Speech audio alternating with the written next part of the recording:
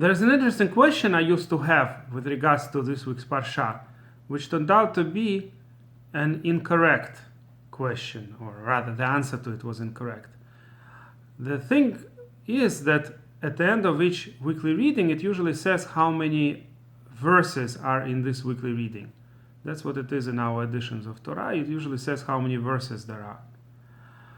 And also in the end of each book of Torah, it usually says how many verses there are in the entire book. The total number of verses in the entire Torah is somewhat more than 5,000. The specific number is given in the Talmud in Tractate Kiddushin, but our number of verses in our editions of the Chumash is slightly different. Not by a lot, but by a number of verses. It's different by a few verses than the number given in the Talmud. Whatever the case may be, we'll get back to this question of why the numbers of verses differ. But whatever the case may be, with regards to this week's Parsha, I used to ask a question: which Parsha is named by the same gematria? The gematria of the name of the Parsha is the same as the number of verses. And the answer I used to give is this Parshat Tzav. Parshat Tzav has 96 verses, as in fact our Chumashim, if you open any Chumash that has at the end of each Parsha, in the end of each weekly reading, it has this number of the verses in the reading. It would say by the Parshat Tzav that the number of verses is 96. And the Siman, it usually gives also a Siman, a kind of way to remember, I guess, a sign of what this number is. And in this case, the sign is that the name of the Parsha itself. Parshat Tzav has Tzav verses, Tzadivav, 96. The problem is that actually, if you count the verses, it's not 96. It's 97.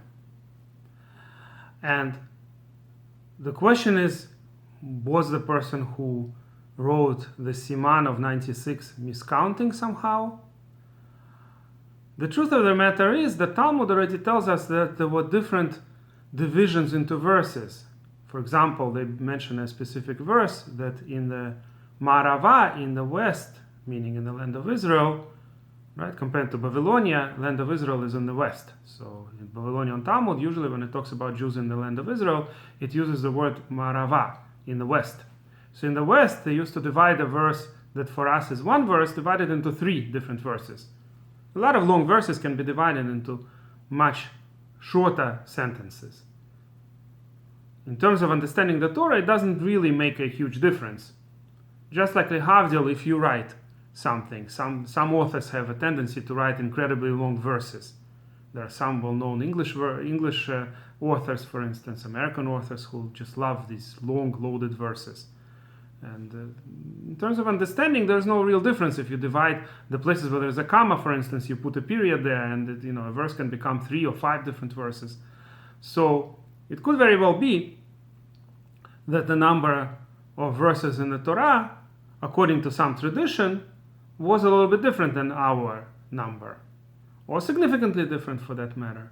So in particular, maybe one of the verses that was considered one verse in this Masoretic tradition of 96 verses in our Parsha, by us it's considered 2 different verses, and that's why we have 97 verses in this Parsha. There's another interesting statement in the same Talmud Sugya, in the same place in the Talmud in the Masechet Kiddushin, that says that the number of verses in the book of Psalms is 8 more than the number of verses in the Torah. Now, that certainly doesn't seem true at all.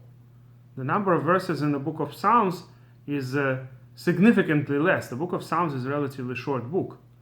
It's significantly less than the number of verses in the Torah. So one of the interpretations is that indeed it's talking about a tradition where the verses are divided differently. A lot of the verses in the Psalms can be divided into 2 or 3 different verses. Imagine really short verses, for instance, the psalm that we say 3 times a day, the 145th psalm, what we call Ashrei. Rather, Ashrei is 2 verses before that. We mention 2 other verses, and then we say Tehillah li David. The psalm actually starts with the words Tehillah li David, a praising of David. So this 145th psalm, you could divide it into many, many verses, much more than it is. It's basically alphabetical order, almost alphabetical order there. But if you divide it, let's say, into smaller verses, it would sound something like this. Tehillah li David, one verse. Arumimcha Elokai HaMelech, second verse. Vavarcha Shemcha Le'olam Va'ed, third verse. So here one verse just became 3 verses. And you could do that with almost any verse. So that's one of the interpretations. There are other interpretations of what it means. They usually don't take literally the words 8 more. It doesn't mean that there are 8 more verses in the book of Psalms than in the 5 books of Moshe. Rather, it's talking about something else. Or they say that it's not just talking about Tehillim, but it's talking about the entire Ketuvim or parts of it. Right now, I'm not going to go into all the different interpretations. There were a lot of very interesting interpretations offered, including by Rav Rumi Margulies and other great sages, of this statement that there are more verses in Psalms than in the Torah. But all of them take it not literally. But if you take this literally, then you're forced to say that the Psalms were divided into much smaller verses, which is indeed a possibility, as I mentioned. So in particular, this particular Parsha, as I said, may have had an extra verse compared to the way we're dividing it. By the way, speaking of the book of Psalms, there's another interesting point to be made, and that is the total number of Psalms. Even though we have 150, that's how all the Psalms are printed today in the Jewish editions of Tanakh. There was a tradition in the Jerusalem Talmud and in various Midrashim that there are 147 Psalms. And there are even specific Psalms where we know they were considered one Psalm at some point. One example of it is actually the very first Psalm. What we have as 2 first Psalms, Tehillim 1 and Tehillim 2. It was actually one big Psalm, and the Talmud tells us about it. It starts with Ashrei and it ends with Ashrei. And it could be that this Psalm was divided into 2 in a certain tradition. Once there was an additional brocha of Shmoneh Esrei that appeared. We know that the prayer, 18 blessings in Shmoneh Esrei, it corresponds in a certain way to Psalms. And in particular, the very end of the first, what used to be 18 Psalms, ended with the words what